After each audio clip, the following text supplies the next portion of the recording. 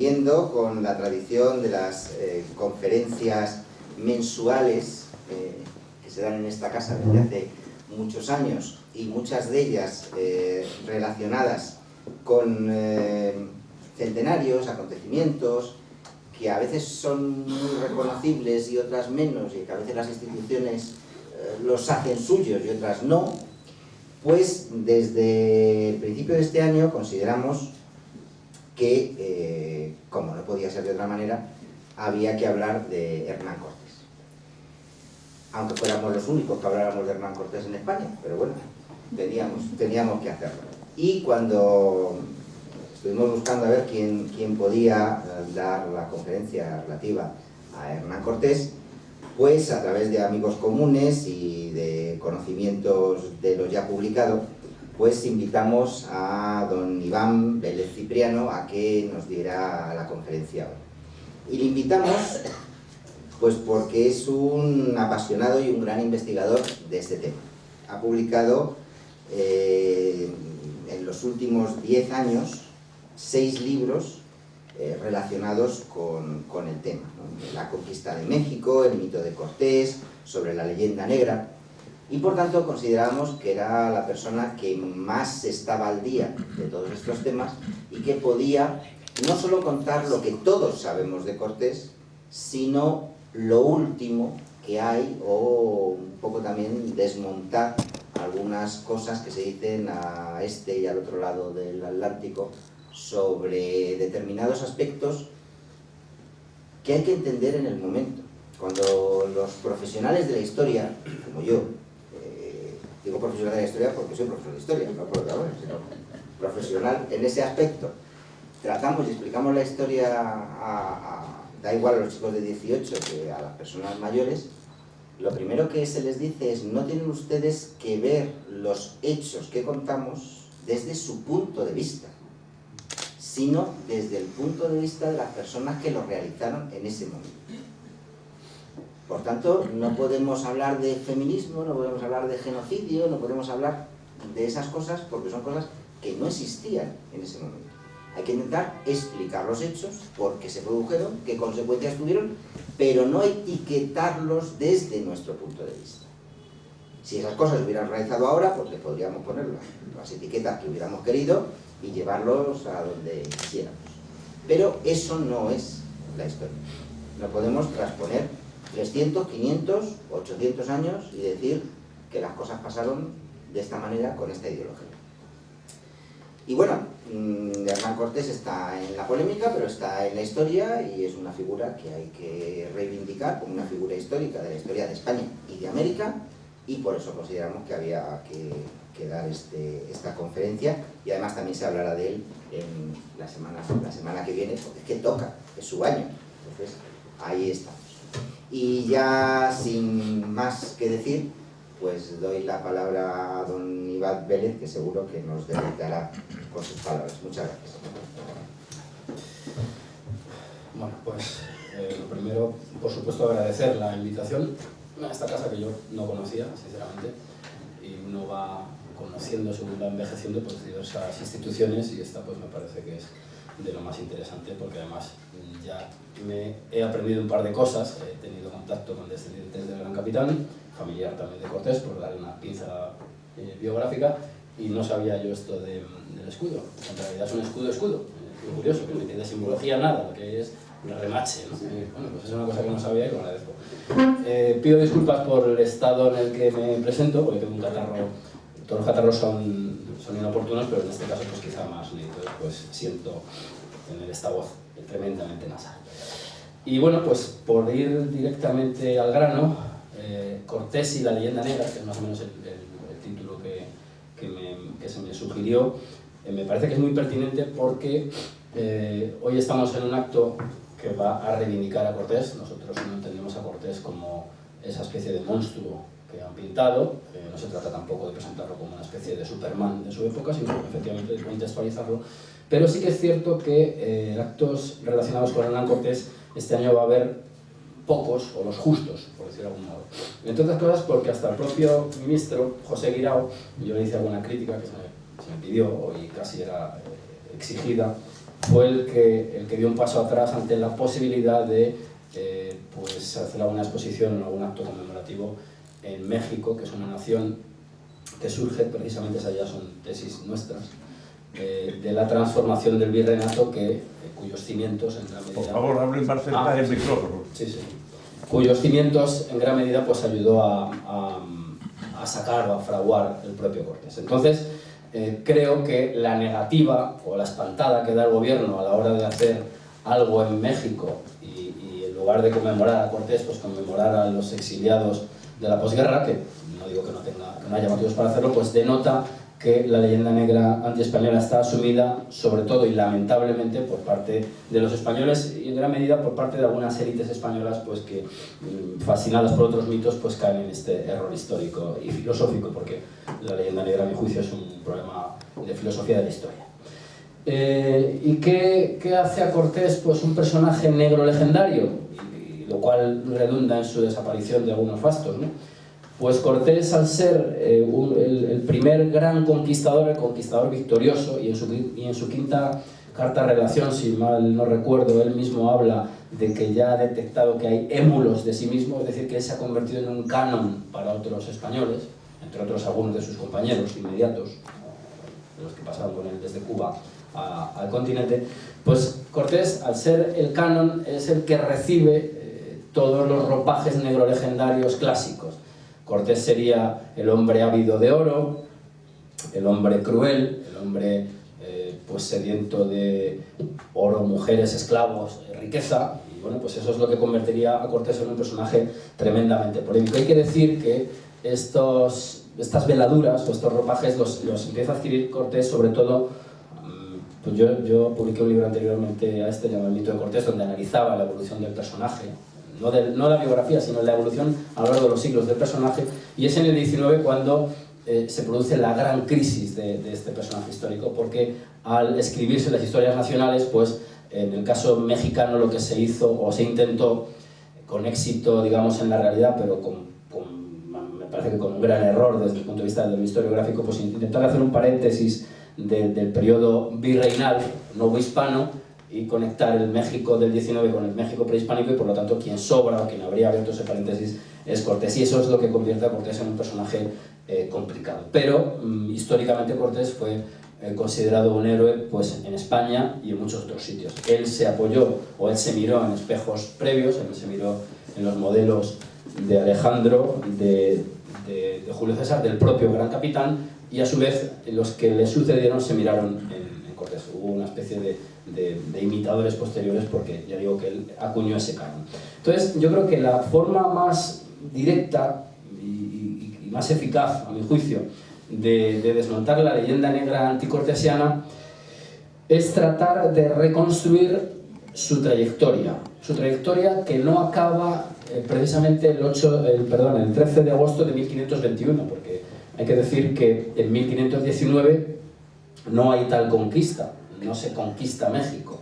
Cuando digo México, entendemos el Imperio Mexica encabezado por Moctezuma II, o la llamada Triple Alianza entre tres naciones étnicas que se situaban en Tenochtitlan, que como ustedes sabrán pues era una ciudad lacustre y cabeza de un imperio que tenía sojuzgado un mosaico de naciones étnicas. Esto es muy importante porque para evitar la caricatura hay que introducir crudeza y realismo, y el realismo nos obliga a reconstruir mínimamente lo que hay antes de la llegada de los españoles, y lo que no hay desde luego es una Arcadia feliz, lo que hay es una cosa muy parecida a la película esta de Mel Gibson, Apocalipto, es decir, hay una sociedad hegemónica y violenta que extrae recursos materiales y humanos del resto de sociedades que están sojuzgadas. La llegada de Cortés alterará enormemente esa realidad, y todos estos esfuerzos que se hicieron en el 19 pues por intentar reconstruir, aunque sea por la vía únicamente de lo simbólico, el México prehispánico, pues son estériles, porque no hay manera de retroceder a ese estado, ni es deseable. Bueno, entonces, insisto, creo que lo más interesante a la hora de desmontar estas caricaturas que estarían ilustradas por ese famoso mural de Diego Rivera en la caja de escaleras del Palacio Nacional, que ustedes conocerán. Ahí está Cortés con Alvarado y con el tesorero contando oro, al fondo hay esclavos, en el Imperio Español había esclavos, ahora diremos de qué modo y de qué modo no, ¿verdad? Se ven pues los episodios bélicos, pero llama muchísimo la atención la apariencia de Hernán Cortés en ese mural. Se le ve con el cráneo deformado, una cabeza pequeña, una pierna encorvada, como si tuviera efectos quizá de la sífilis. Se le ve además pues, muy deforme, un hombre pues, completamente deforme, y en esa deformidad probablemente Rivera lo que está tratando es de ilustrar las deformidades morales de ese individuo. Bueno, hay que decir, para adelantarnos o para retroceder a los años 40, que cuando se vuelven a inhumar los restos de Cortés, que habían sido ocultados por Lucas Alamán para evitar que fueran quemados públicamente en los años revolucionarios del 19, esos huesos efectivamente se habían deformado por efecto de la humedad, y precisamente Rivera recurrió, esto es una anécdota pero creo que es interesante contarla, recurrió a forenses pues para intentar conectar enfermedades con deformidades, claro, pero esas deformidades eran posteriores a la muerte. Todos sabemos además que cuando llega Cortés y conquista el Imperio Mexica, pues es un hombre de una energía indudable, de un atractivo también efectivamente indudable, y todo un hidalgo de la época, un hidalgo que luego además se convirtió en Marqués del Valle. Podría haber sido socio de esta institución, probablemente, ¿verdad? Si viviera todavía. Bueno, en definitiva, además, Cortés murió con 62 años, murió en Castilleja de la Cuesta, en fin, no tiene sentido ese mural, pero sí que ilustra perfectamente una de las visiones, digamos, más asentadas de Cortés desde la perspectiva negrolegendaria. Vayamos, pues, a decir quién es Cortés, quién es Cortés y cómo alcanza los logros que han hecho que hoy, por ejemplo, en esta tarde calurosa madrileña, estemos hablando de 500 años después de su entrada en esa ciudad imperial. Cortés, hay que decir que es un hidalgo nacido en Medellín, frente a las ideas, porque claro, hay mucha mitificación de personajes de este calado.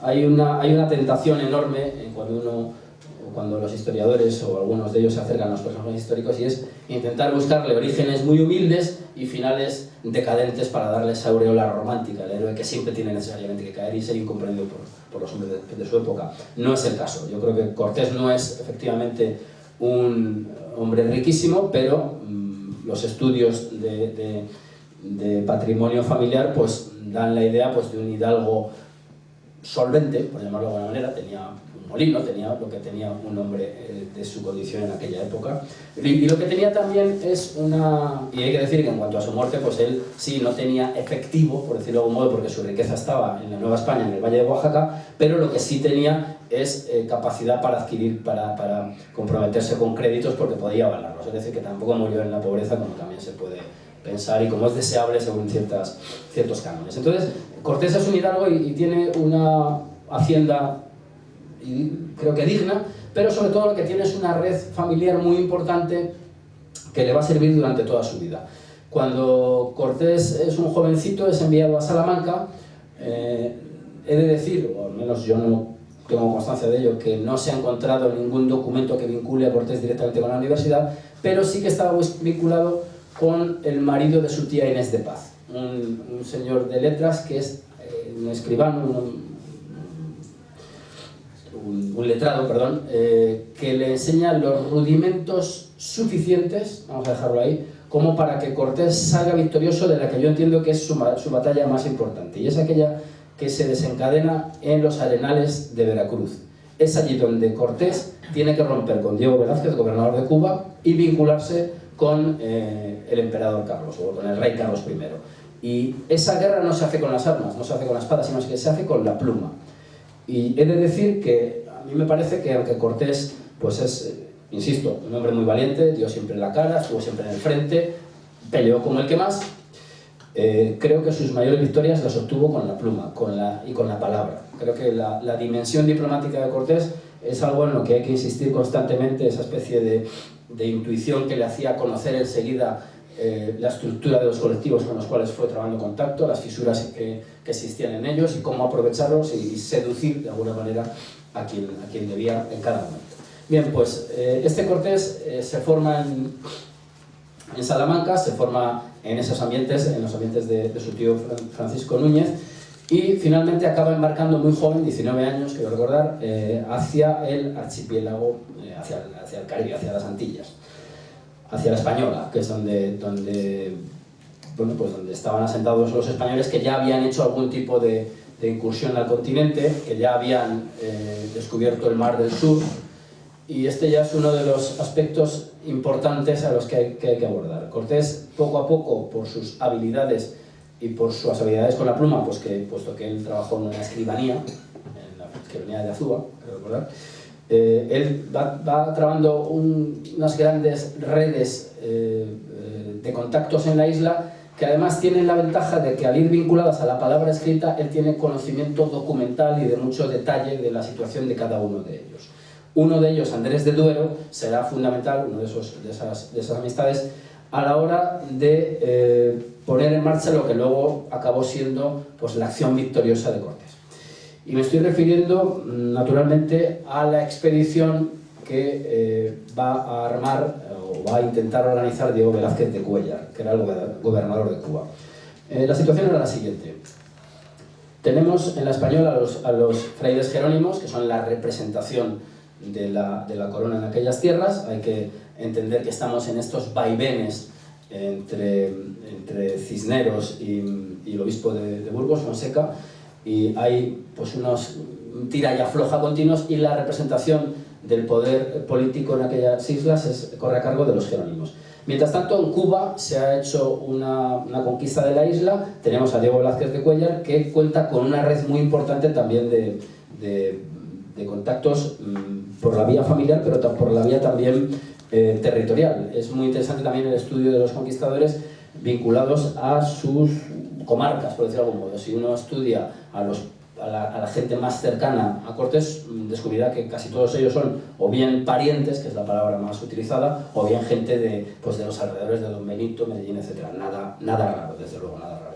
También he de decir que Cortés, por vía materna, probablemente procedía de Salamanca, y eso explicaría la presencia de esa familiar allí y de su vinculación con esa tierra. Bien, pues en ese momento en el cual se adivinan una serie de riquezas en el continente, por las expediciones que ya ha habido, se va a desatar una verdadera carrera por llegar a él. Una carrera en lo territorial, es decir, quién cruza y quién se asienta en la tierra, pero también una carrera por obtener los permisos necesarios para hacerlo con ajuste a la legalidad. Todos sabemos que el Imperio Español tiene entre sus características más, a mí me parece más plausibles, las toneladas de papel que produjo. Es sorprendente cómo todo estaba regulado. Esta es una acción que en gran medida la inician los Reyes Católicos, esa burocratización, que lejos de ser algo criticable, me parece que es justo lo contrario. Esto es lo que nos permite verdaderamente neutralizar las caricaturas, y como digo, pues no hay soldado que no intente de algún modo pues dejar constancia de sus méritos, por supuesto para obtener alguna recompensa a cambio. Son humanos al fin y al cabo, e incluso también, esto me ha llamado mucho la atención y he tratado de incorporarlo al libro, pues porque la idea de fama, la idea clásica de fama, está muy presente en aquellos hombres de hace medio siglo. Uno de ellos, me voy a adelantar un poco en la cronología, una vez terminada la conquista de Tenochtitlan, yo he querido dejar constancia de la iniciativa que toma Rodrigo de Rangel, un hidalgo enriquecido, es decir, sin necesidad de más bienes materiales, y ese señor lo que le pide a Cortés es el permiso para conquistar una provincia, es decir, emular en cierto modo la acción cortesiana, y como está ya muy mermado físicamente, pues en un momento dado flaquea. Y Bernardi del Castillo, que es quien le acompaña y quien da noticia de esta peripecia, es el que le echa en cara el hecho de flaquear. Él le dice, usted no puede ahora dar un paso atrás, porque su fama, digamos, le empuja, le obliga a seguir. Es decir, que la idea de trascendencia está muy presente en su dimensión religiosa, pero también en su dimensión histórica. Todos querían de algún modo dejar constancia de sus hechos de armas y de otros muchos. Bien, pues en esta línea documental tan importante contamos con, cada expedición, como sabrán, pues iba acompañada de una instrucción en la cual pues se plasmaban los objetivos y las limitaciones del viaje.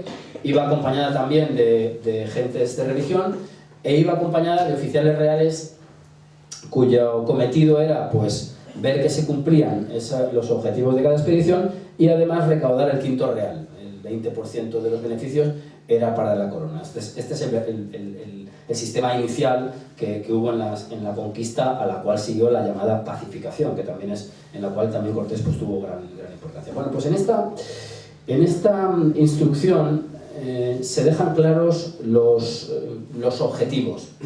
Es una instrucción muy fácilmente accesible, está publicada en un montón de sitios, en internet se puede consultar, y en ella pues aparecen varios motivos, digamos. Está, por supuesto, el motivo del rescate de oro y cómo se debe hacer, y está también una justificación muy importante de carácter religioso. Vamos a ver. Antes de la expedición de Hernán Cortés, ya Diego Velázquez había lanzado dos, una con Hernández de Córdoba y otra con Juan de Grijalva. Años 17 y 18. La de Cortés es el toca tierra el 21 de abril, si no me equivoco, de 1519, pero claro, lleva una preparación previa. Hay un desajuste de fechas muy curioso y que denota la prisa con la que se conducía Diego Velázquez para intentar ser el primero que llegara a aquella tierra y se asentara. Y es que la primera, de Hernández de Córdoba, pues constituye un fracaso porque son atacados y Hernández de Córdoba muere muy poco después de volver a Cuba. Y la de Grijalva pues se lanza por la misma vía, con el mismo piloto, Antón de Alaminos, y antes de la vuelta del propio Grijalva se vuelve Pedro de Alvarado con parte o con el botín rescatado. Y Juan de Grijalva llega a Cuba antes de que parta Cortés. ¿Por qué digo esto? Porque uno de los motivos que se dan para armar esta tercera este tercer viaje es el rescate o la atención o el socorro de esta expedición, pero como vemos es falso, ya había llegado, es decir, hay una especie de falsa conciencia. Lo que sí que hay en la instrucción, y eso es fundamental, es, aparte del rescate de lo que ya hemos explicado, el objetivo de rescatar a los cristianos que han quedado allí de otros naufragios. Y así pues, efectivamente encontraron algunos cristianos, entre ellos Jerónimo de Aguilar, que será fundamental en la historia que estamos contando. Bien, pues tenemos el factor económico, tenemos la redención de cristianos porque están en manos de bárbaros, y tenemos un asunto bastante interesante, y es que parece ser que en esas expediciones previas pues se había percibido la existencia de cruces, o había parecido verse símbolos cruciformes, ¿no? Esto es fundamental porque estamos hablando de hombres que se atienen a la visión del momento, lo que decíamos en la presentación. Y la visión de la época va vinculada en gran medida, Cristóbal Colón es un ejemplo de ello, apenas un par de décadas antes, va vinculada, por ejemplo, a la visión bíblica del mundo. De hecho, América es un continente que ni la historia clásica ni la Biblia pueden ajustar, no entraba en los planes ni históricos ni bíblicos, pero además añade la complejidad de que hay una serie de hombres que no han sido cristianizados, pero que tampoco han rechazado la religión católica. Y esto es fundamental, por ejemplo, a la hora de hacer esclavos, por ejemplo, ¿no? Entonces, bueno, la existencia de cruces creaba un verdadero problema, y entonces hay que indagar si existen. Por un motivo añadido a los que ya hemos dicho, no solamente por los desajustes existentes, sino porque de ser ciertas tales cruces, aquellos hombres ya habrían estado cristianizados, no se sabe en qué tiempo, pero pudiera haber sido que, puesto que los españoles están yendo en el sentido occidental del globo, no olvidemos que los portugueses están yendo en el sentido contrario. ¿Pudieran haber llegado los portugueses antes? Claro, esto puede parecer una anécdota, pero en absoluto lo es, ¿no? Entonces, estos son otros de los motivos. Otro de los motivos que también aparecen en la instrucción da cuenta, y esto está muy bien para contextualizar la ideología del momento, o la mentalidad del momento mejor que la ideología, de la posibilidad que aquellos hombres tienen, y yo la he ido observando a medida que he visto algunos documentos, la posibilidad que ellos aceptan de que exista un mundo fantástico, más allá del mundo conocido. Voy a leerles, porque creo que es una cita deliciosa y da cuenta de ese factor que tampoco hay que olvidar. Lo digo porque en todas las expediciones que se hacen a tierras incógnitas, pues existe esa posibilidad de un mundo pues casi cercano a los cuadros del Bosco. Leo lo que pone en la instrucción, en uno de los puntos, claro. Trabajaréis por todas las vías que pudierdes y con buena manera y orden de haber lengua de quien os podéis informar de otras islas e tierras y de la manera y nulidad de la gente de ella. Porque diz que hay gentes de orejas grandes y anchas y otras que tienen las caras como perros, y asimismo dónde y a qué parte están las Amazonas, que dicen estos indios que con vos lleváis que están cerca de allí. Es decir, existe esa posibilidad. Y esto no es nada baladí, porque si reparamos en la toponimia que utiliza incluso Cortés décadas más tarde, Cortés es el que da el nombre a California.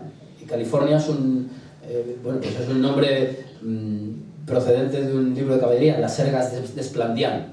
Y para mayor abundamiento en el factor fantástico, no hay que olvidar que Bernal Díaz del Castillo, cuando habla de las primeras visiones que tiene de Tenochtitlan, esa ciudad muy superior en número de habitantes a cualquier otra de Europa, dice: queríamos estar viendo cosas de Amadís. Es decir, que este es otro factor que hay que añadir, y que lo añado precisamente para neutralizar la visión negro-legendaria de aquellos hombres, porque ¿qué necesidad tiene un señor que solo quiere oro de conocer las Amazonas? No tiene ninguna. Es decir, esta es la mentalidad de la época y hay que tenerla en cuenta. Y habrán ustedes escuchado la idea de isla, o la palabra isla en este fragmento. Bueno, pues es importante decirlo porque, y este es un tema muy prolijo, yo he tratado de hacerlo lo más claro posible en el capítulo dedicado a ello, pero casi requiere de apuntes. Cuando parte Cortés de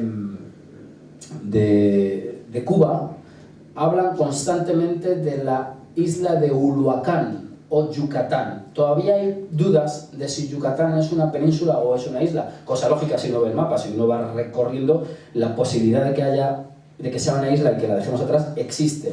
¿Y qué significa que sea una isla de Yucatán? Pues esto es fundamental.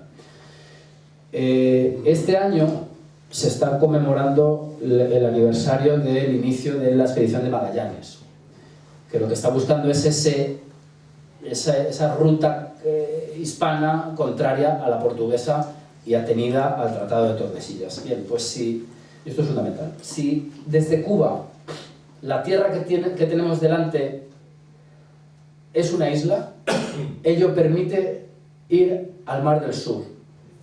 Y al fondo del Mar del Sur está lo que buscaba Colón. Es decir, está China, está Japón, está la especiería. Es decir, que en aquellos momentos, al margen de otro aspecto legal que no vamos a entrar ahora mismo en él, Cortés lo que está planteando es la posibilidad de ir a China. De hecho, en cartas posteriores, Cortés le propone al rey conquistar China, en lo que es ya un error de cálculo, porque claro, no dispone Cortés de la información suficiente de China como para pretender semejante empresa, no hubieran sido capaces. Y esto nos da una idea muy bonita, que yo creo que hay que tener todos muy en cuenta. Nosotros admitimos perfectamente y manejamos sin ningún tipo de complejos la idea de imperio. Además, imperios, hablo de la escuela de Oviedo, de Gustavo Bueno, de la cual me reclamo discípulo. Entendemos que el imperio español es un imperio generador por la capacidad que tiene, valga la redundancia, de generar sociedades civilizadas, como así ha ocurrido. Entonces, en los despliegues imperiales siempre lo que se busca es el recubrimiento de toda la realidad, pero como todos sabemos por la experiencia histórica, nunca se ha logrado. Alejandro es detenido por el rey Poros, por la fuerza bélica del rey Poros y la masiva cantidad de soldados que tiene en la India. Es detenido también en las montañas de Kuristán, es decir, encuentra sus límites. Bueno, pues los españoles encuentran sus límites, por ejemplo, en Norteamérica en 2 puntos, y en los cuales está Cortés. Por el norte, cuando las praderas pues son inmensas y ya no hay forma, no hay españoles suficientes, y esto es muy interesante de entender, y ello a pesar de que ya se ha integrado estoy adelantándome como unos 30 años a los hechos que estamos ahora hablando, ello a pesar de que se han integrado en los ejércitos españoles a caciques y a soldados nativos, pero las fuerzas se agotan ahí. También se agotan al sur, donde en las selvas. Es decir, las fuerzas son las que son de toda la sociedad política, y la española no es una excepción. Incluso en las empresas de China, entre ellas la de Cortés, pues también se muestran estériles por agotamiento, ¿no? Y bueno, pues estos, digamos, serían los tres frentes donde el imperio llega a sus límites naturales. Y esto, pues, da la dimensión humana de toda acción política. Eso quería decirlo. Bueno, pues, en definitiva, Cortés no descartaba, y no descartó porque la expedición a las Sigüeras, episodio posterior a la conquista de México, poco conocido, pero muy interesante, ahí lo que se está buscando también es ese paso. Lo que se está buscando es un canal de Panamá natural que en realidad no existía, pero que podía existir, ¿verdad? Incluso, pues como bien sabido, los pasos hacia el Mar del Sur, es decir, hacia el Pacífico, se intentaron por varias vías. Y claro, la vía más fácil, la que hubiera sido más recta, aquí además en esta obra exterior que me acaban de regalar, pues fíjense la diferencia que hay entre hacer así o hacer así. Claro, eso hubiera sido una maravilla, pero no existía tal canal. Bueno, pues en ese contexto lo que hace Cortés es... también hay que huir de la idea de una sociedad española completamente armónica. Había, pues, como en todo tipo de sociedades, pues, facciones que ya hemos dicho que unidas por motivos económicos, por motivos familiares, por motivos territoriales. En Cuba lo que hay es una facción descontenta. Hay una facción velazquista, la gente que está ligada por diferentes motivos a Diego Velázquez, y una facción desafecta, en la cual está formada fundamentalmente por todos aquellos que han estado en estas dos expediciones previas que ya hemos comentado, Hernández de Córdoba y Grijalva, que han visto que los réditos de las mismas han ido a parar al proyecto individualista de Diego Velázquez. Claro, Cortés, que como hemos dicho es un hombre perspicaz y astuto y bien relacionado, percibe estas tensiones internas. Y digamos que su acción se apoyará en el grupo de descontentos, no vamos a llamarlos indignados, ¿verdad? Pero sí descontentos, ¿no? Y entonces él juega con una idea fundamental. Está prohibido poblar. Está prohibido poblar en esas costas. Solo se puede rescatar, es decir, cambiar, trocar. Y es cierto que en la documentación, en la instrucción, no aparece la palabra poblar. Pero lo que parece ser que ocurrió es que en los pregones que se hicieron por la isla de Cuba para reclutar gente que se embarcara en ello, en esta expedición, sí se dijo de poblar. Claro, es una medida muy astuta porque la palabra, yo que soy de pueblo además y que he pregonado en mi infancia de hecho, un pregón se vende fruta en la plaza, ¿verdad? No deja registro documental, pero la gente lo oye. Y entonces parece ser que él usó esta argucia de pregonar que se iba a poblar. Y entonces, claro, al reclamo de poblar, aquellos que no tenían haciendas poderosas en Cuba vieron que era su oportunidad. Bien, vamos a ir todo lo rápido posible porque esto es un verdadero embrollo y podríamos estar aquí pues, 3 horas porque es un tema muy apasionante, pero bueno, que hay que sintetizar de algún modo. Bueno, pues en definitiva, con Cortés se embarcan en una expedición financiada en grandísima medida por él y que él se ocupa de dejarlo constar en el permiso que se pide a los jerónimos. Es decir, en el permiso que se pide a los jerónimos, Cortés aparece ya como capitán de la Armada y como accionista mayor. Lo digo porque luego a la hora de reclamar por parte de Diego Velázquez, pues esto obrará en su contra. Bien, con estas dos facciones se parte de Cuba. Hay, además, en algunas historias, en Cervantes de Salazar y en otros, pues estas pasiones, que es la palabra que utilizan, las pasiones que hubo entre Cortés y Diego Velázquez, pues de si te dejo pasar, si te dejo salir, si no te dejo salir, la Marcaida, la famosa primera mujer, en fin, eso lo vamos a obviar porque nos interesa la acción más política del asunto. Bien, pues en este contexto es cuando se parte de Cuba. Y se parte con esas instrucciones: redimir de cristianos, ver las cruces, rescatar oro, etc., ¿no? La primera escala se va a hacer en la isla de Cozumel. Y allí ocurre ahí digamos que se da cumplimiento a las instrucciones. ¿Por qué? Porque sí que y esto es bueno, lo dice Cervantes de Salazar, no vamos a meterle la plana, parece ser que Cortés escribió en un papel para avisar que estaban allí cristianos para que los que estuvieran allí se unieran a ellos, para rescatarlos. Porque lo sabía, porque sabían que había esos cristianos. Y los metió en el cabello de un indio, parece ser, y, oh maravilla de maravillas, llegó a manos de Jerónimo de Aguilar, que era un clérigo que había quedado allí en manos de indios, había sobrevivido con mucha penuria y bueno, pues cuando ese señor lee esa carta, ese documento escrito, que no habría otro, no había habido nunca otro probablemente en esas tierras, porque era una sociedad ágrafa, más allá de los pictogramas probablemente, pues él decide ir en búsqueda de los cristianos, ¿no? Mejor que de compatriotas cristianos, casi mejor decir, ¿no?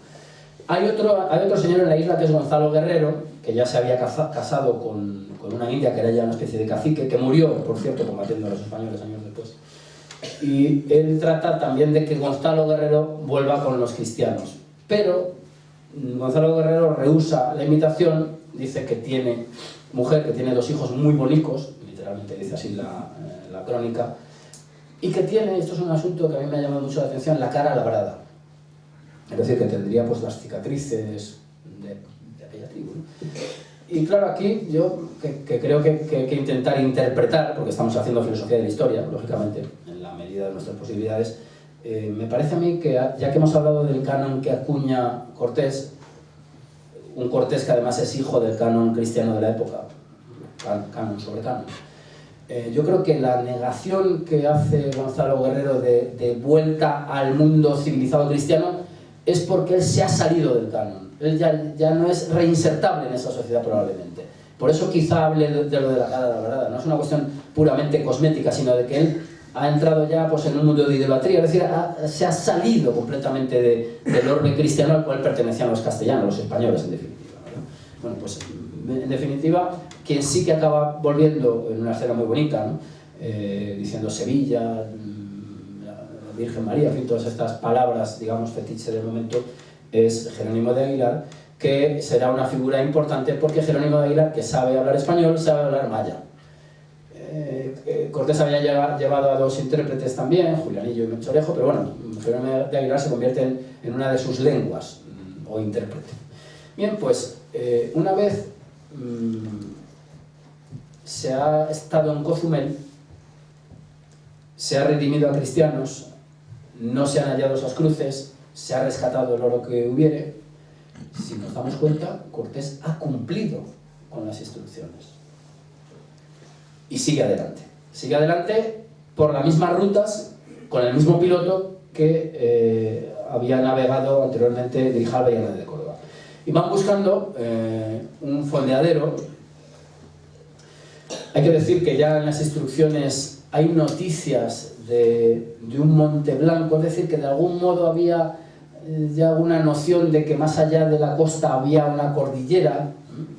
Es una ambigüedad, unas vaguedades, pero lo que hay desde luego es la fuerza de ese contingente que ha oído al menos en los pregones que se puede poblar y que quiere poblar, lógicamente, que quiere ser encomendero en tierra firme, o encomendero o propietario, ¿no?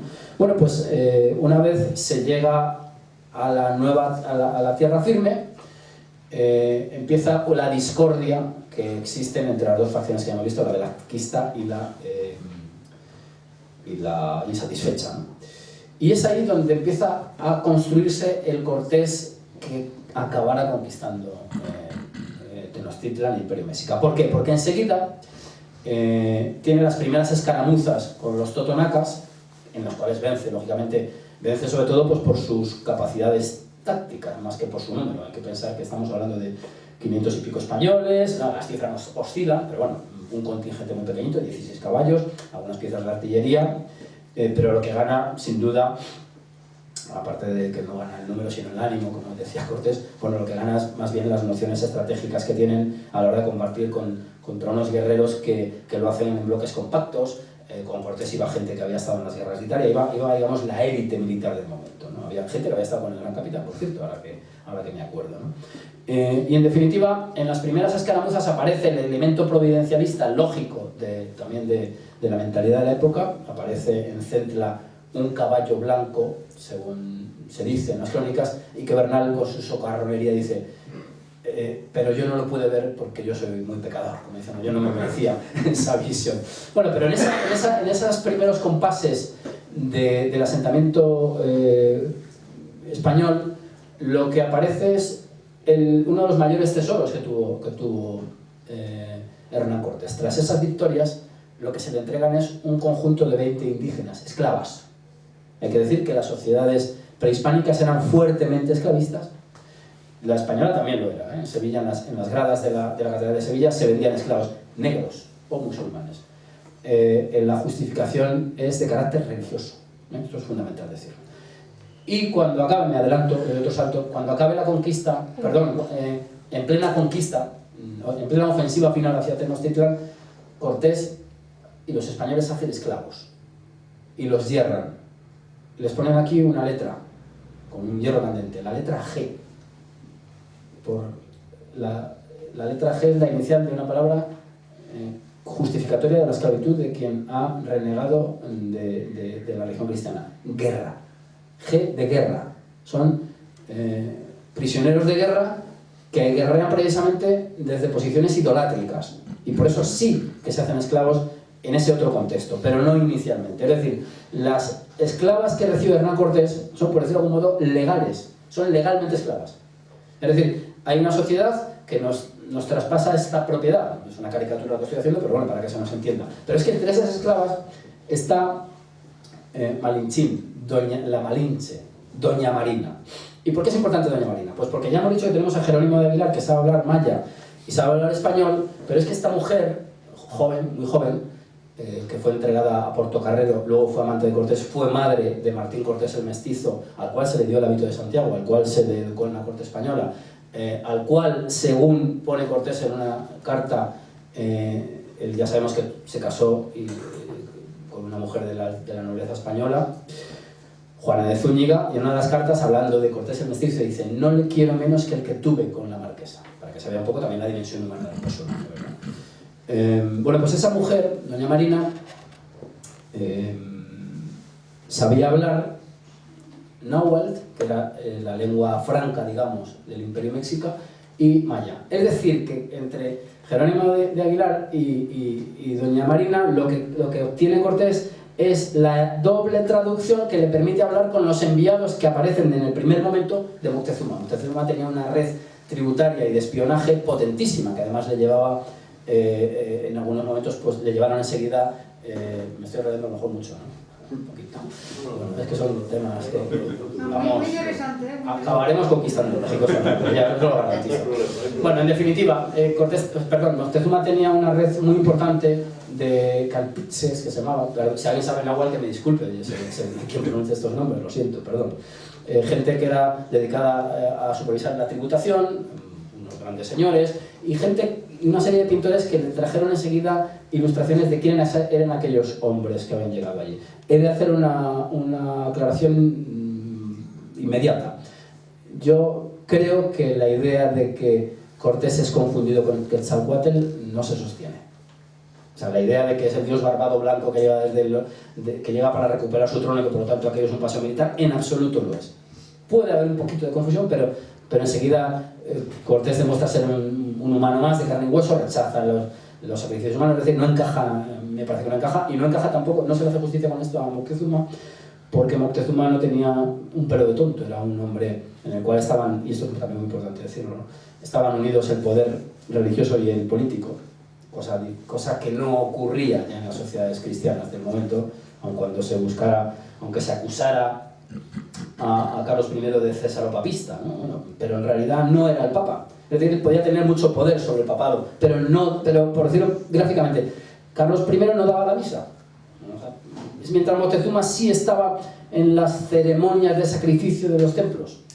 Es decir, en Moctezuma convergen esos dos poderes, pero no en Carlos I. Y este tipo de circunstancias son muy importantes para entender luego la caída de ese imperio que dominaba todas aquellas otras sociedades. Bueno, pues ya digo, yo creo que a esa cima de la cúspide de la sociedad mexica no llega un tonto que se cree que llega a una especie de superhombre o Dios. Yo creo que Moctezuma lo que actuó, y si uno mira de otro modo las crónicas, actuó pues con prudencia y con conocimiento de sus fuerzas. Es lo que me adelanto también otra vez, lo que intentó en todo momento es tratar de convencer a Cortés de que no pasara de las playas, y luego tratarlo de ir frenando con una combinación de acciones bélicas que no salieron bien y de ofrendas, o sea, de tributos para intentar de algún modo sobornarlo y que no entrara en Tenochtitlan. Y ya adelanto mi tesis.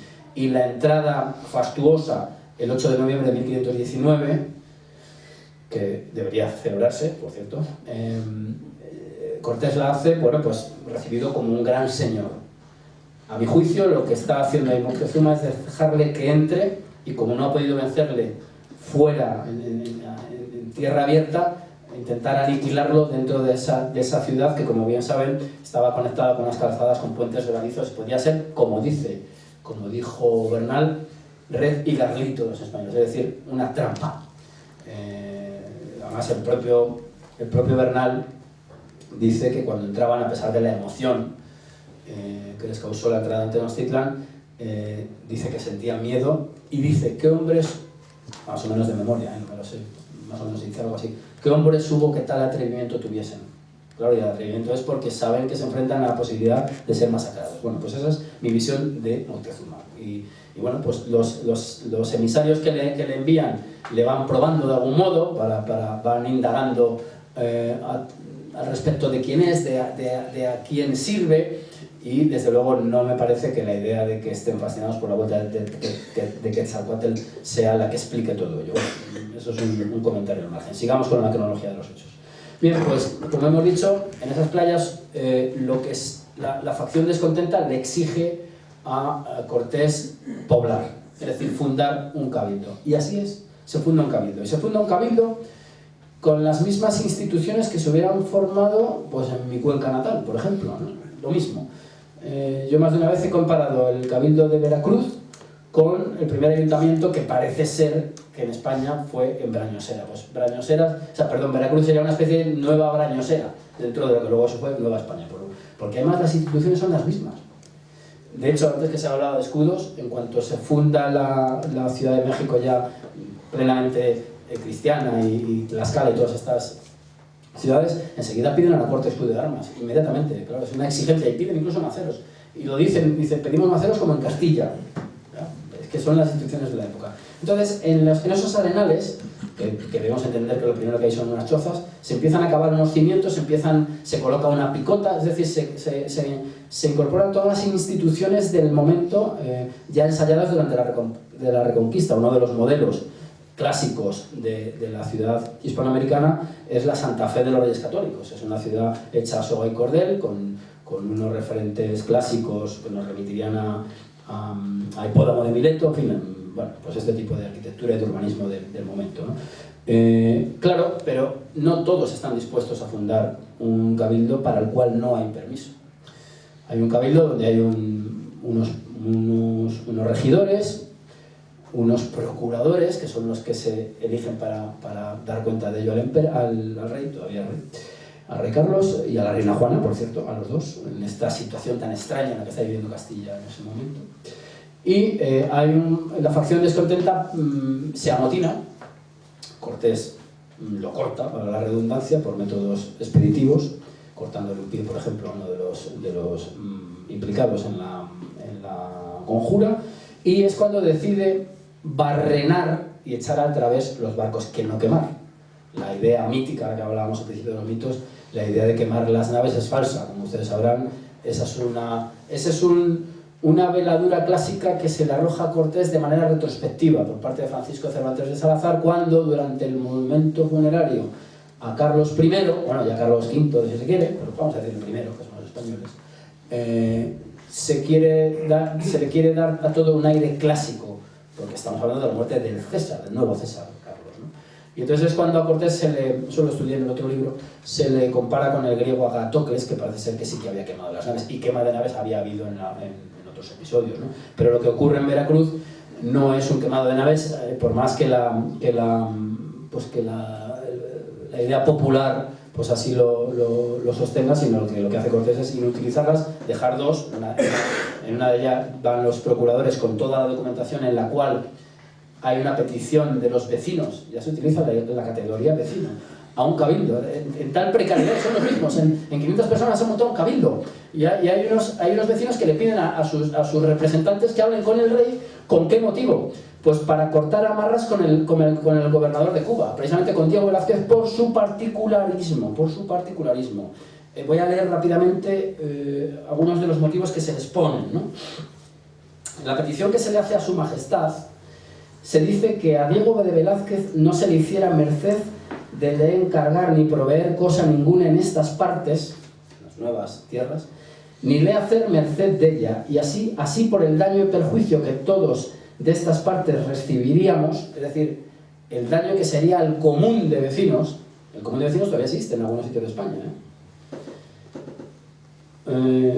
que todos de estas partes recibiríamos, porque como es notorio, habiendo dejado de rescatar, es decir, de intercambiar, y de hacer lo que el dicho Velázquez quería, es decir, habiendo cumplido porque ya no hay más que hacer, estoy más o menos explicando, y habiendo poblado en nombre de su majestad señalado justicia y para su real corona ofrecida la tierra, es decir, esta tierra no es propiedad de los vecinos, sino que es parte de Castilla, es la Nueva España, de que el dicho Velázquez tener harto cuidado y trabajará de dañar en todo lo que pudiera a los que en ello entendieran. Es decir, los objetivos de Cortés son sobre todo dañar a ese colectivo que está vinculado directamente al rey. Es decir, Cortés, claro, es un enemigo de la corona, así lo quieren presentar. Si él viniese a estas partes, ninguna persona quedaría, es decir, se despoblaría, a quien no dañase, echase a perder como personas que no quisieran hacer lo que él quisiera, sino lo que a servicio de sus altezas como sus vasallos debían hacer. Es decir, aquí lo que se plantea es que ese colectivo es leal al rey, y la llegada de Cortés lo que haría es destruir esa célula, digamos, hispana en el Nuevo Mundo. Bueno, pues ahí es donde se produce ya, se funda el primer ayuntamiento, por decirlo claramente, en tierra novohispana. Ahí enseguida lo que se está produciendo es el análisis por parte de Cortés, pues de todas aquellas sociedades con las que se va encontrando, con ese mosaico de sociedades. Insisto, no es una Arcadia feliz, no es un mundo homogéneo, sino todo lo contrario, es un mundo lleno de fracturas que va a utilizar Cortés. ¿De qué modo? Pues estableciendo alianzas. ¿Con qué modelo clásico? Pues con el modelo de la Reconquista. En la Reconquista se establecieron muchas alianzas con los reyezuelos, los famosos reinos de taifas. Incluso pues figuras como las del Cid pues estarían emparentadas con esta tradición, ¿no? Bien, pues el primer aliado reconocible es el cacique gordo de Zempoala, con el cual pues se empiezan a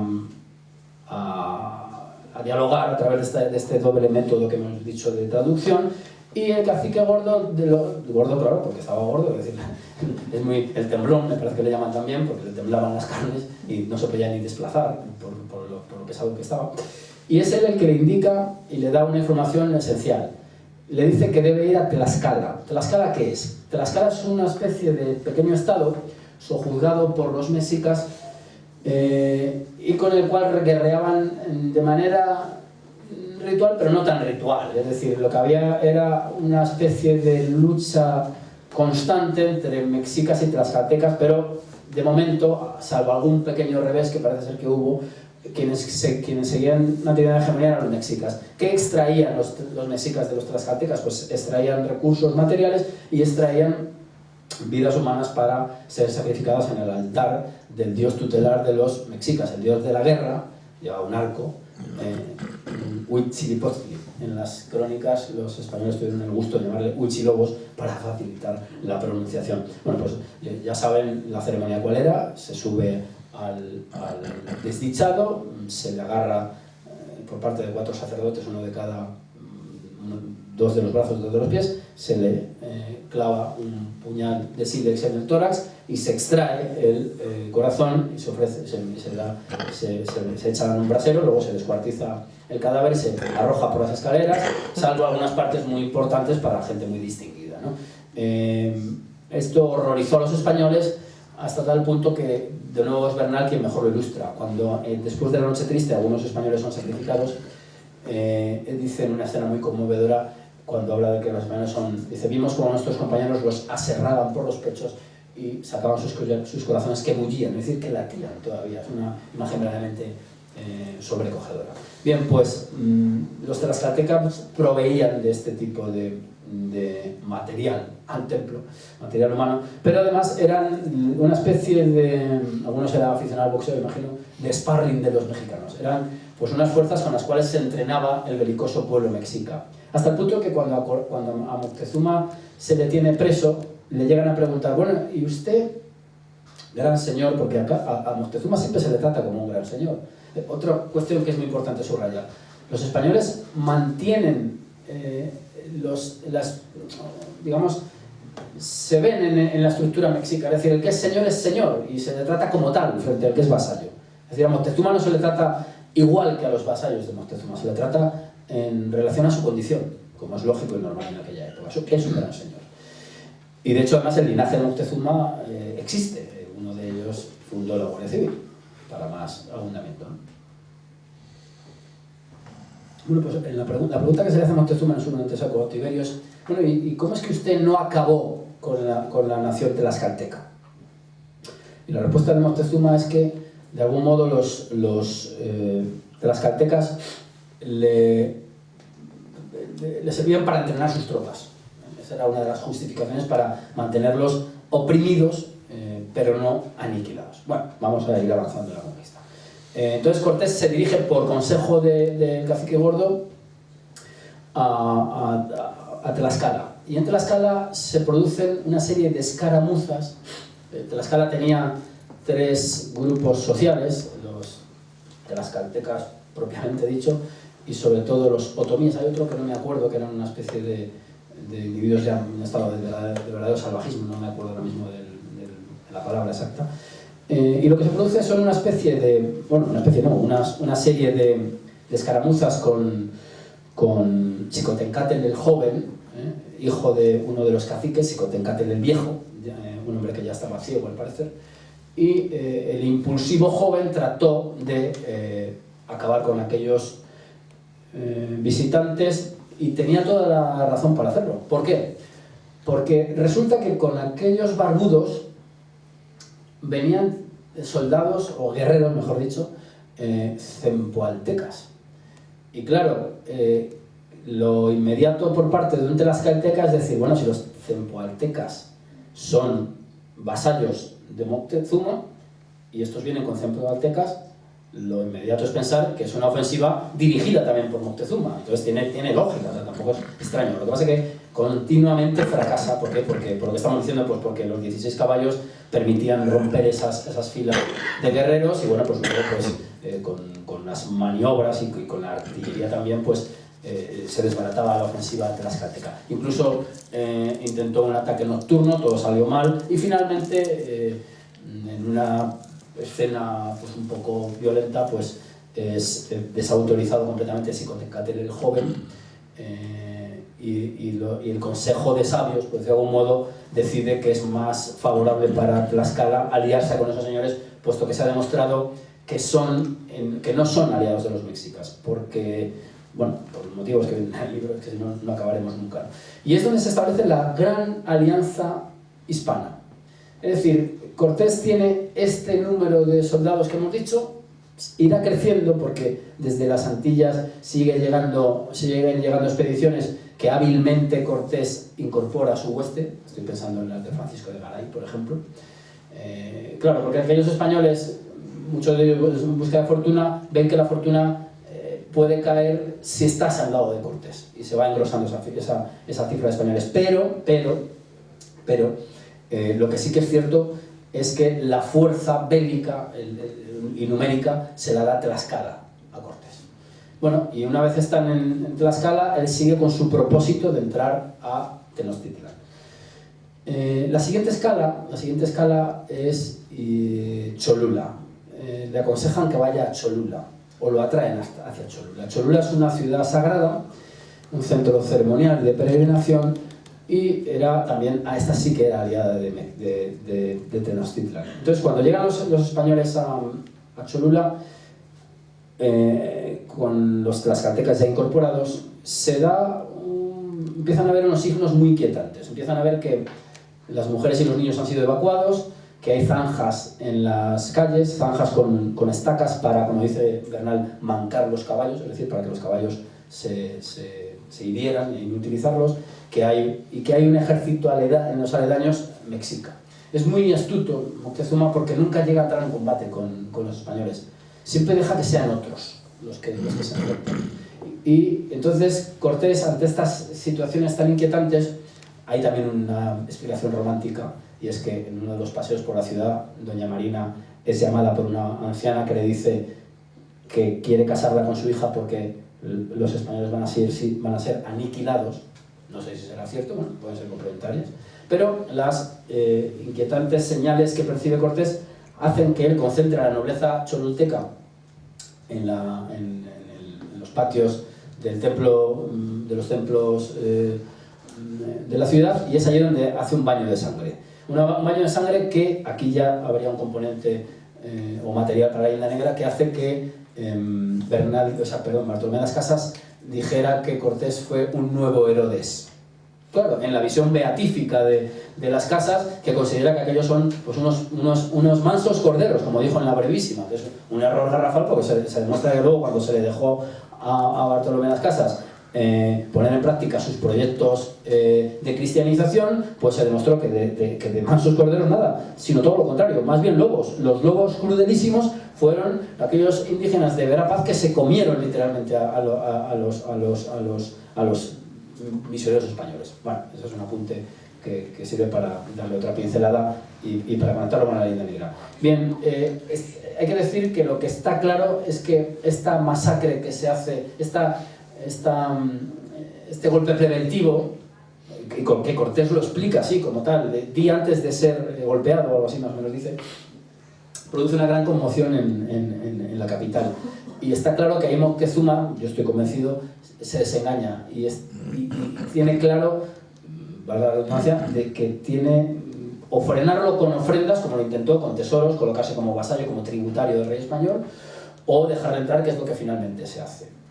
Bueno, pues sigue la expedición, cruzando entre los volcanes, desde el Popocatépetl se ve por primera vez la Ciudad de México, que fascina a los españoles, y finalmente el 8 de noviembre, estoy dando más rapidez al asunto, entran de manera fastuosa en la ciudad lacustre de Tenochtitlan.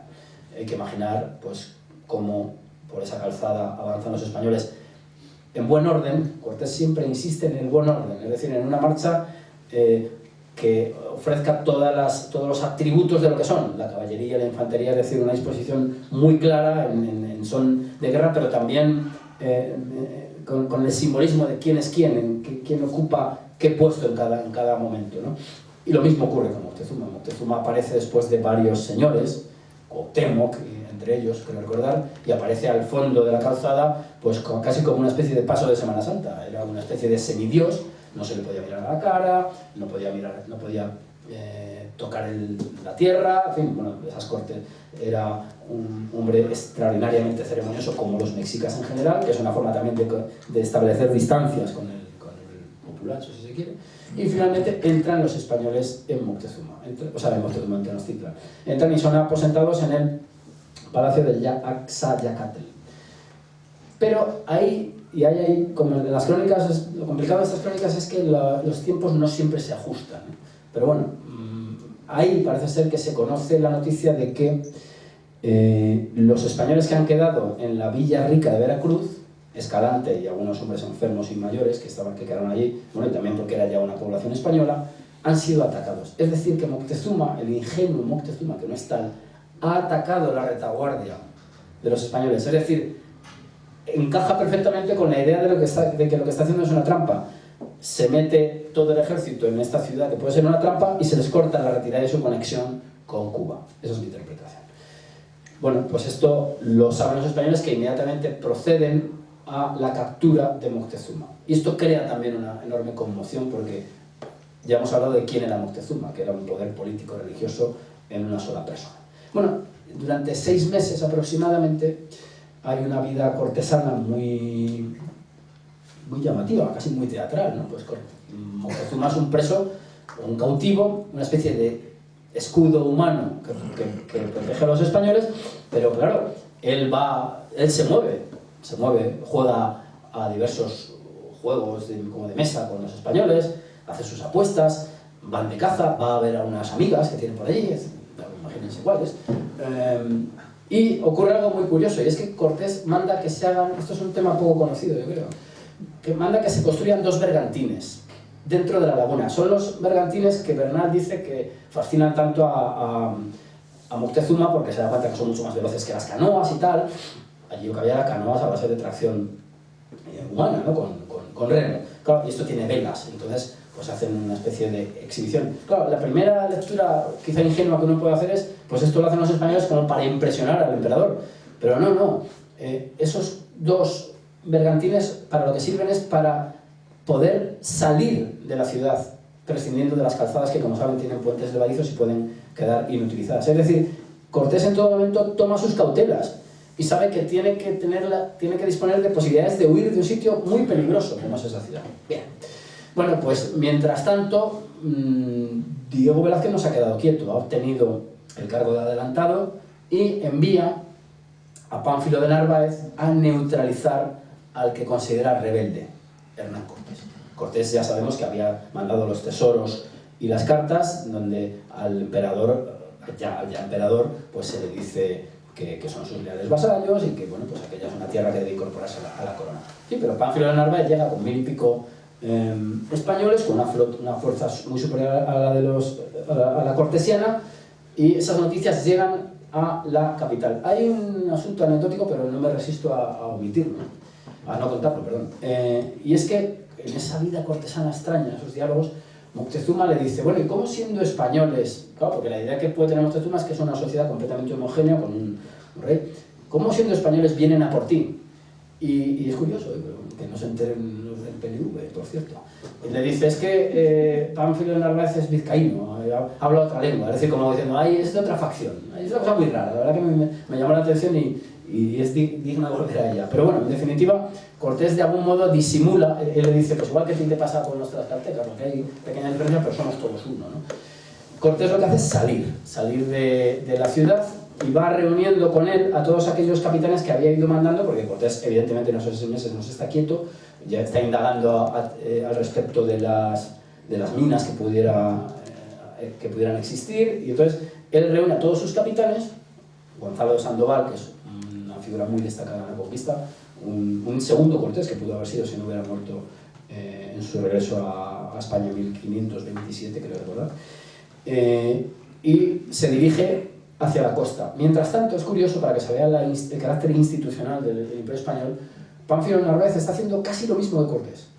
Está llegando a alianzas con esos pueblos, está intentando, atenerse a la metodología hispana. Bien, pero es más astuto Cortés. Y Cortés lo que hace es enviar emisarios a la zona enviar a un clérigo, que va, el padre Olmedo. El factor religioso, que es fundamental, el religioso se puede mover en todos los ambientes, esto es una cosa verdaderamente interesante, ¿no? Y es el que va, de algún modo, alimentándolo con oro, claro está, pues agitando las fisuras internas de esa hueste de Pánfilo de Narváez, que hay que decir que probablemente eran hombres menos decididos que los que iban con Cortés, son hombres que han ido en otra segunda oleada, que se quiere darle un toque sociológico a estos 2 colectivos. Son gente probablemente con menos arrojo que los que van con Cortés. Bueno, y son gente que busca también pues, el enriquecimiento y el ascenso social. Algunos son sobornados, incluso Cortés lo que hace es, como era un hombre muy astuto, teatralizar aquellas entrevistas, manda a uno de sus capitanes con una gran cadena de oro llamada La Fanfarrona. Y entonces, bueno, pues aquellos hombres lo que están viendo es que esos que dicen ser rebeldes vienen muy bien vestidos, son ricos, han alcanzado lo que ellos buscan, y claro, se desmorona la cohesión interna de ese colectivo que viene con Narváez. Durante una noche se acomete el Real de Narváez en el forcejeo. Hay que decir una cosa muy interesante, es que como el alcalde de Veracruz en ese momento es Gonzalo de Sandoval, en una muestra de rigor leguleyo, si se quiere, Cortés le dice a don Gonzalo, es usted quien debe detenerlo, le compete a usted.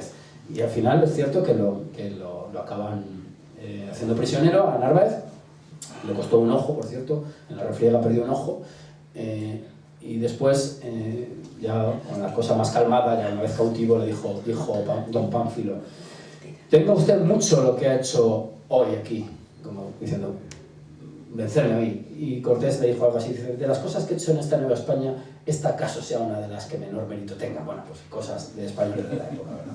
Bien, pero mientras esto está ocurriendo en la costa, en la ciudad, la nobleza mexica quiere celebrar la fiesta del Toscatl, una fiesta en la cual se sacrificaba a un joven que había estado todo el año pues entre algodones, digamos, ¿no? Y una fiesta en la cual concurría toda la nobleza, con armas, en fin, con una gran ceremonia. Esto es un tema muy polémico, quizás sea el tema más polémico de la conquista de México, de este contexto, ¿no? ¿Por qué? Pues porque, volviendo al tema de la emulación, Pedro de Alvarado hace lo mismo que hizo Cortés en Cholula, pero se discute si está justificado o no. O sea, Alvarado lo que hace es acabar con la nobleza mexica.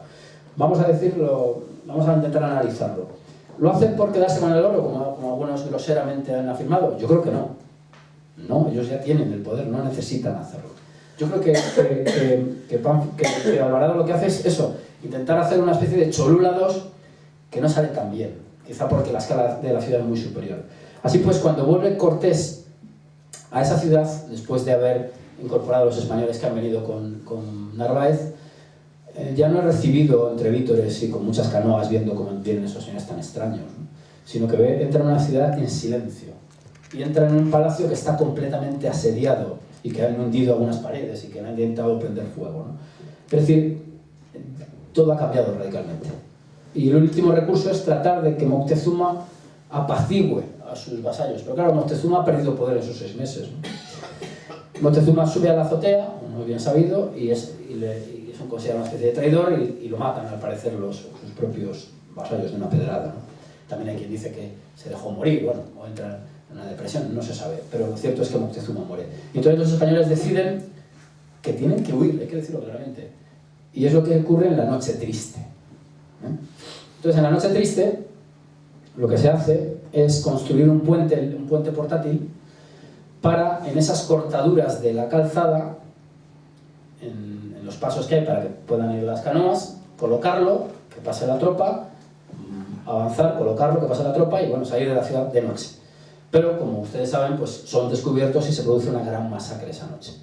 Esa noche muere Diego Velázquez de León, por ejemplo, que era familiar de Diego Velázquez de Cuéllar, y mueren esos sacrificados que hemos dicho del corazón que bullía, y los españoles quedan desamparados y sin pólvora. Ojo, se ha mojado la pólvora también, y pierden gran parte del oro.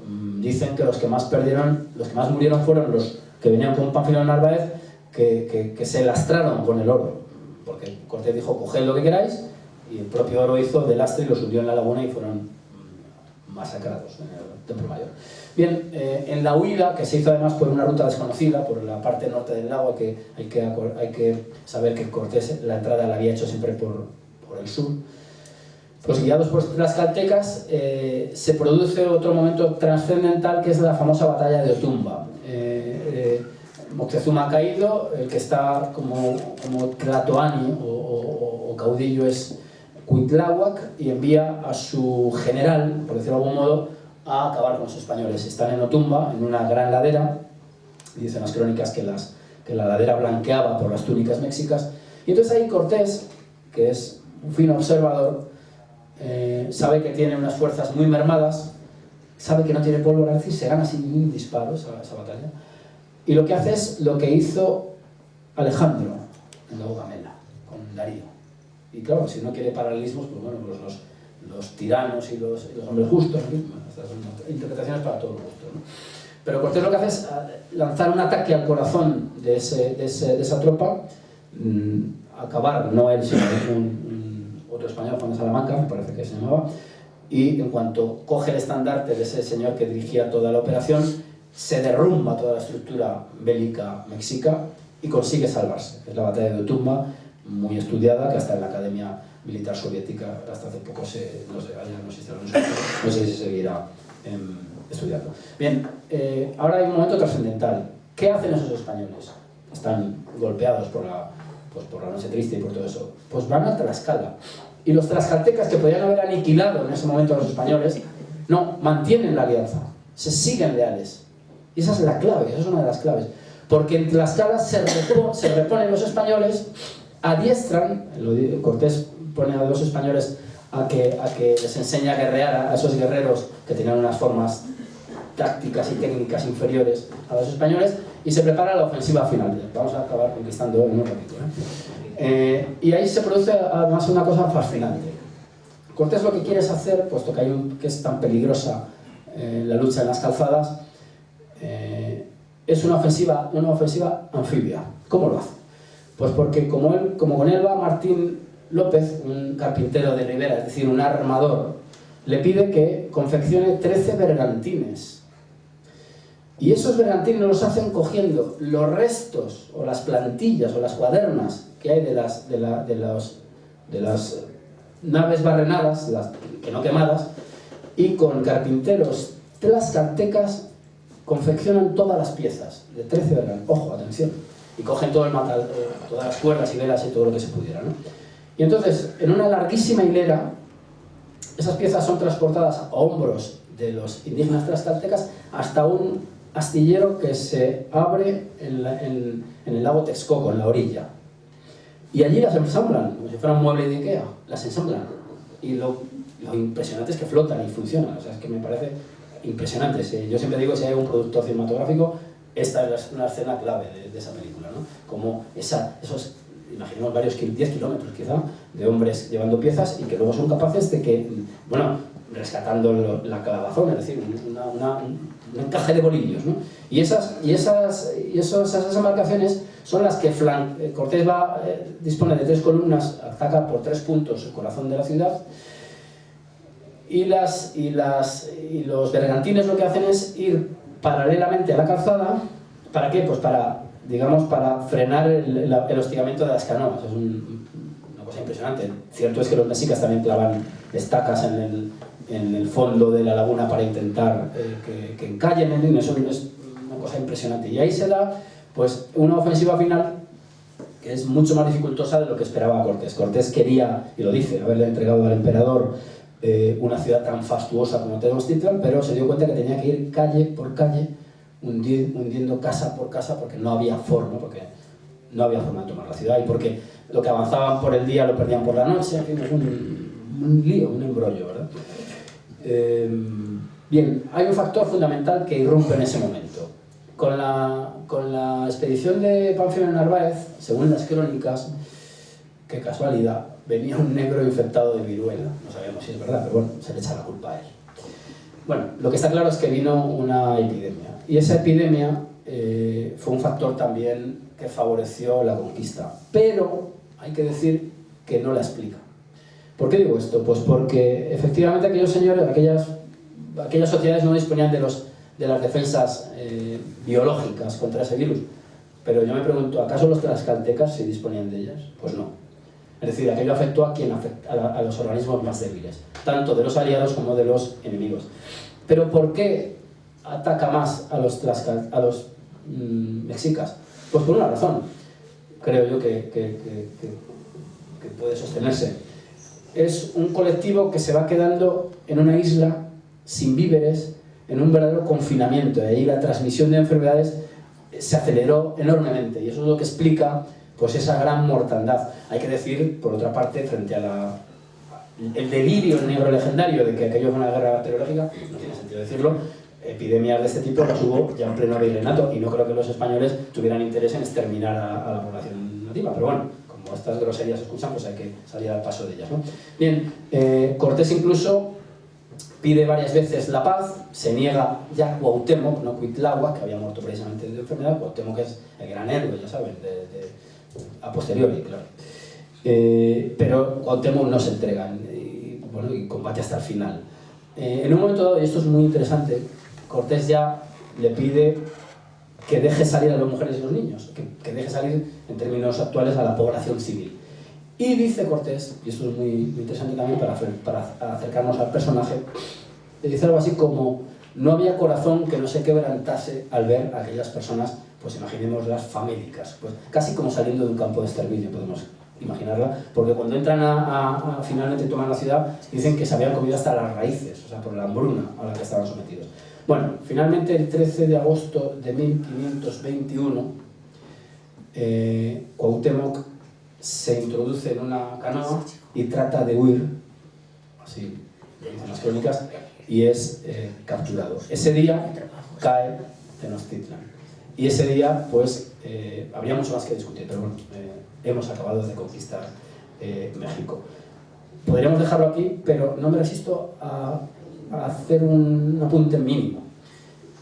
Claro, todo lo que hemos hablado aquí hoy nos da cuenta de un hombre astuto, un gran diplomático por su capacidad para establecer alianzas, un estratega, claro, algunos le han criticado, pero él ganó, es decir, que no necesitó de más, ¿no? Algún purista de la táctica, ¿no? Y entonces tenemos a un militar y un diplomático. Bien, después de la conquista llega lo que además en la documentación se insistió en calificar como pacificación, es decir, la imposición de un orden político, religioso, social, ¿no? Y es ahí donde Cortés vuelve a destacar. ¿Por qué? Pues porque Cortés lo que quería, y lo que querían también quienes iban con él, es constituir una especie de nobleza novohispana, cosa lógica y entendible.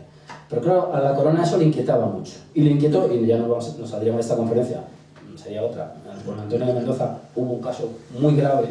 Antonio de Mendoza se tiene por el gran virrey, que lo es, que no digo que no lo sea, pero trató de hacer hereditario el virreinato. Y esto es un asunto muy delicado. Yo lo he estudiado hace poco y es un asunto, claro, que la corona no podía consentir, pero tampoco podía consentir que hicieran, por decirlo vulgarmente, de sopa un sayo los españoles que estaban en Nueva España. Pero claro, esos señores, estrictamente señores, tienen que vivir con arreglo a cómo viviría un señor en la península. Y la única fórmula para llevar a cabo ese modo de vida es la encomienda indiana, que además venía exigida por, en cierto modo, cimentada en las bulas alejandrinas. Hay que decir que la acción española se atiene a la legalidad en todo momento. Otra cosa que desde la perspectiva, como decía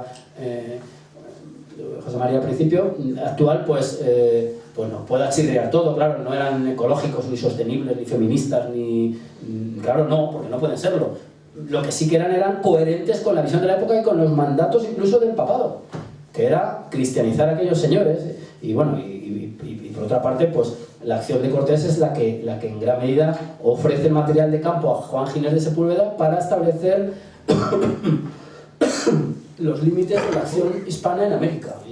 La controversia de Valladolid, eso es otro cantar. Bueno, rápidamente. Cortés sabe que los españoles se tienen que sostener con la encomienda, pero las leyes nuevas, 1542, dicen que la encomienda debe empezar a extinguirse, que no puede ser hereditaria perpetuamente, que es la palabra del momento. Bueno, pues en un capítulo que a mí me satisface, vamos a decirlo humildemente, he tratado de exponer los ajustes que con el paso del tiempo va haciendo Cortés de cómo deben vivir los españoles en aquella tierra. Hay un peligro. Si los españoles no se sostienen, se acabarán yendo y se perderá todo lo ganado en la conquista. Pero hay otro bien que proteger. La monarquía católica está obligada a propagar la palabra de Dios. Y eso lo hacen los religiosos, que deben ser protegidos. Y solo hay dos alternativas que Cortés las plantea.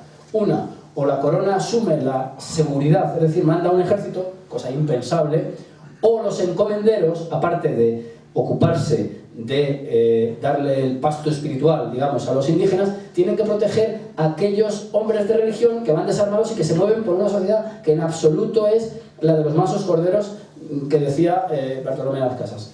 En fin, bueno, pues con esta apresurada charla y estos argumentos finales lo podemos dejar. Les agradezco la atención prestada y podemos debatir si les parece bien. Muchas gracias.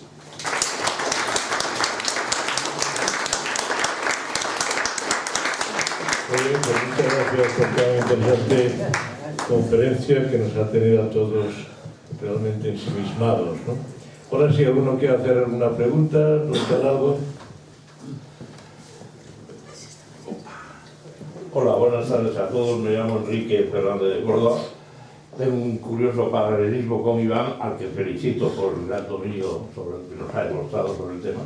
Él es arquitecto e historiador y yo soy ingeniero e historiador, como cosa curiosa. Hace 50 años empecé a viajar intensamente por Hispanoamérica y me ocurrió una cosa muy curiosa en Bogotá. El policía que había controlando los pasaportes era de claros indígena, claramente, indio. Le doy el pasaporte, lo mira, me mira a mí y me dice, ¿usted es español? Y digo, sí. Y dice, ¿usted no sabe dónde está España? No. Dice, España está en el corazón de todo indio bien nacido. Es cual, no pongo ni quito una coma.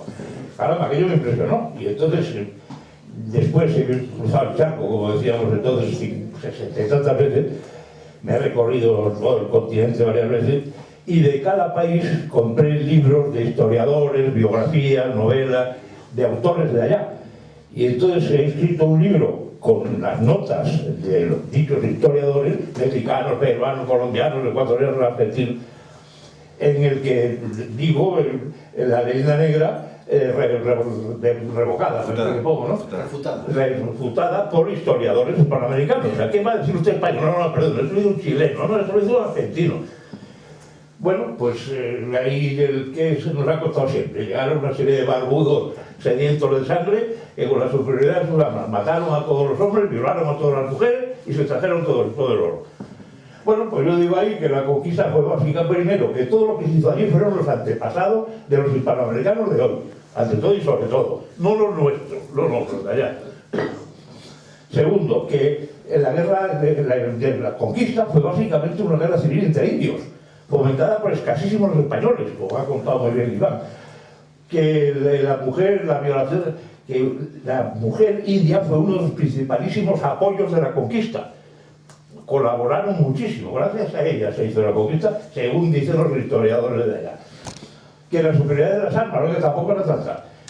Los indios eran algunos capaces de disparar 100 flechas por minuto, dicen, es una barbaridad, por eso dicen.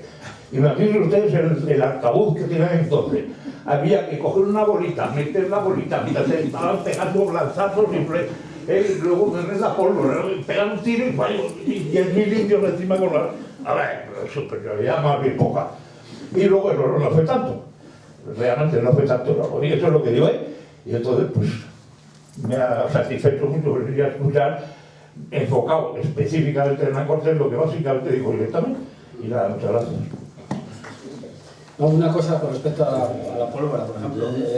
Después sí que obtuvieron pólvora, pero fue a costa de meterse en el volcán Popocatépetl, al cual se ha ido un escudo de armas con el volcán, por cierto. ¿Alguien más quiere decir algo? Sí, allí veo.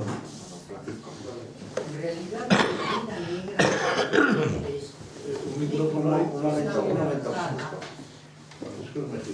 por los mismos gobiernos que han desgobernado México. Sí. Desde 1821, que se consuma la independencia de México, bueno, México pasó hasta 1872 en golpes de Estado, asonadas, levantamientos, guerras, en fin. Y posiblemente con el propósito de encontrar un chivo expiatorio, encontrar un enemigo externo al cual atribuirle todas las penurias de México, todos los problemas de México, se enfocó en Hernán Cortés. Creo que hoy por hoy esa visión ha ido cambiando, poco a poco ya, por lo menos en México, ya no hay tanta animadversión hacia la conquista. Bueno, con el actual presidente estamos volviendo a las estupideces, ¿no?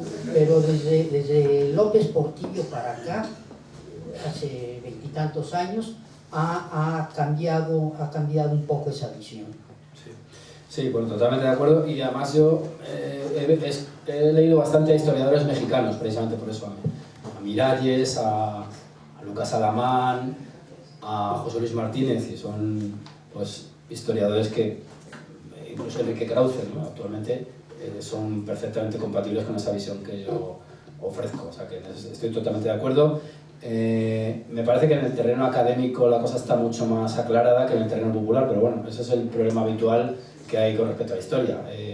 La leyenda negra, ya sabemos que en las academias pues no cuela, pero, hombre, yo cuando sale la palabra Inquisición, hay gente que te exige más muertos, ¿no? Si dices, son 3.000, tienen que ser 300.000, ¿no?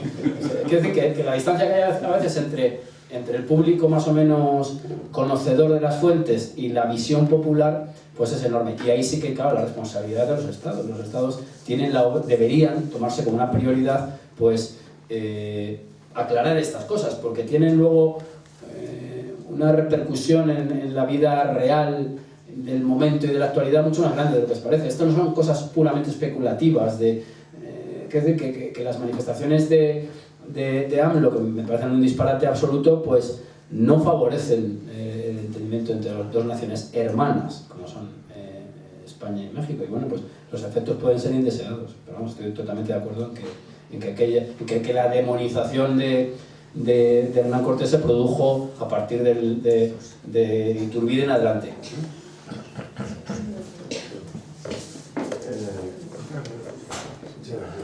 Muchas gracias. Soy Felipe de la Morena, embajador de España. Ante todo, enhorabuena, porque me parece interesantísimo y la forma, no solo la descripción de lo sucedido, sino también las diversas calidades y cualidades de Cortés, que es, creo, una de las facetas más desconocidas y más importantes de esta figura histórica. Me interesaría, haría una pregunta muy concreta. La relación de fuerzas cuando hay enfrentamientos en los diversos enfrentamientos que se van produciendo en unas ocasiones o en otras, que ha estado describiendo tan brillantemente, ¿cuál sería? Para los españoles primeros que llegan allí, pues son unos 400, 500, una cosa así. ¿A qué fuerzas se están enfrentando? Esta sería algo que me interesa. Pues voy a decepcionarle, porque yo creo que a mí me parece que Cortés hace un poco lo que Julio César, ¿no?, en sus cartas de relación. Es decir, me parece que exagera las cifras, me parece. Por ejemplo, se dice que Tenochtitlan podía tener 200.000 personas, pero claro, ¿cuántas de ellas son guerreros? ¿Cuántas son niños? Yo creo que las cifras no hay forma de decirlas. Él habla de cifras que a mí me parecen, a mí que le dan los tlaxcaltecas 100.000 guerreros, me parecen muchísimos, ¿no? Es decir, que yo creo que lo que está claro es que eran, además por sus formas y tal, colectivos grandes, bloques, facciones muy cohesionadas, las que combatían, pero yo no me atrevería a dar ninguna cifra, porque, de hecho, he huido de ello porque es que no me las creo, o sea, me parecen un poco a bulto, ¿no? Tanto en los ofrecimientos como en las victorias.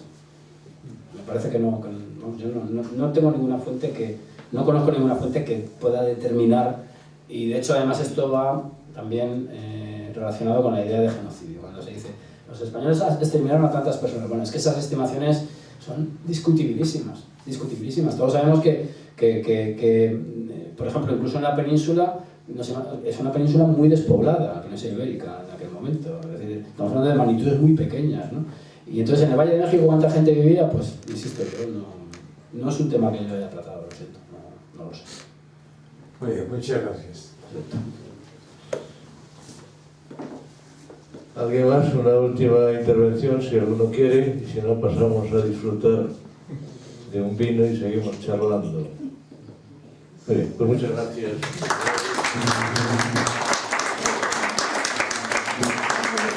Gracias.